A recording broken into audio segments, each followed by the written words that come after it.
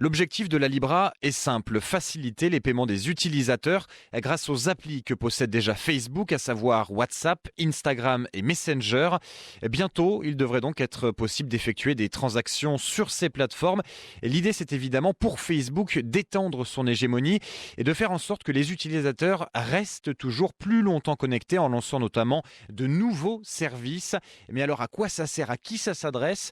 Élément de réponse avec les journalistes du Figaro Écho. Mais qui va utiliser ça? Après tout, j'ai déjà un compte bancaire, du liquide, une carte bleue, je peux déjà payer facilement mes achats en ligne ou en magasin. Mais en fait, je ne suis pas la cible principale de Facebook avec Libra. Facebook cible plusieurs catégories d'utilisateurs. Premièrement, les gens qui n'ont pas accès à un compte en banque. Selon les chiffres, ils sont 1,7 milliard dans le monde. L'autre cible de Libra, ce sont les gens qui envoient de l'argent à l'étranger. Pour Facebook, ça leur permet aussi de lancer des services clés et de mettre un grand coup dans la fourmilière de différentes industries, notamment avec l'échange d'argent où des sociétés comme Western Union sont présentes depuis des dizaines d'années. Elles auraient beaucoup de soucis à se faire puisque Facebook promet de l'échange d'argent gratuit et instantané. Voilà, au total, donc, plus de 2 milliards de personnes sont membres de cette communauté Facebook qui tendrait donc à devenir plus qu'un simple réseau social, comme l'a fait le géant chinois WeChat.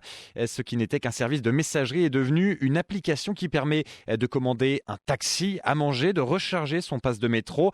C'est ce vers quoi veut tendre Facebook. Cette hégémonie, par contre, fait peur à certains États, à certaines institutions qui craignent de perdre leur pouvoir et donc on fait bloc. Facebook a dû revoir sur cette monnaie ses ambitions à la baisse.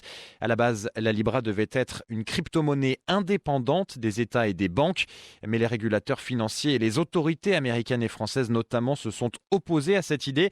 La Libra ne sera donc pas une monnaie totalement indépendante comme le Bitcoin, mais bien une monnaie régulée adossée au dollar américain avec une proportion de 1 pour 1, 1 dollar égale une Libra, ce qui devrait rendre le cours de cette nouvelle devise plus stable et moins volatile.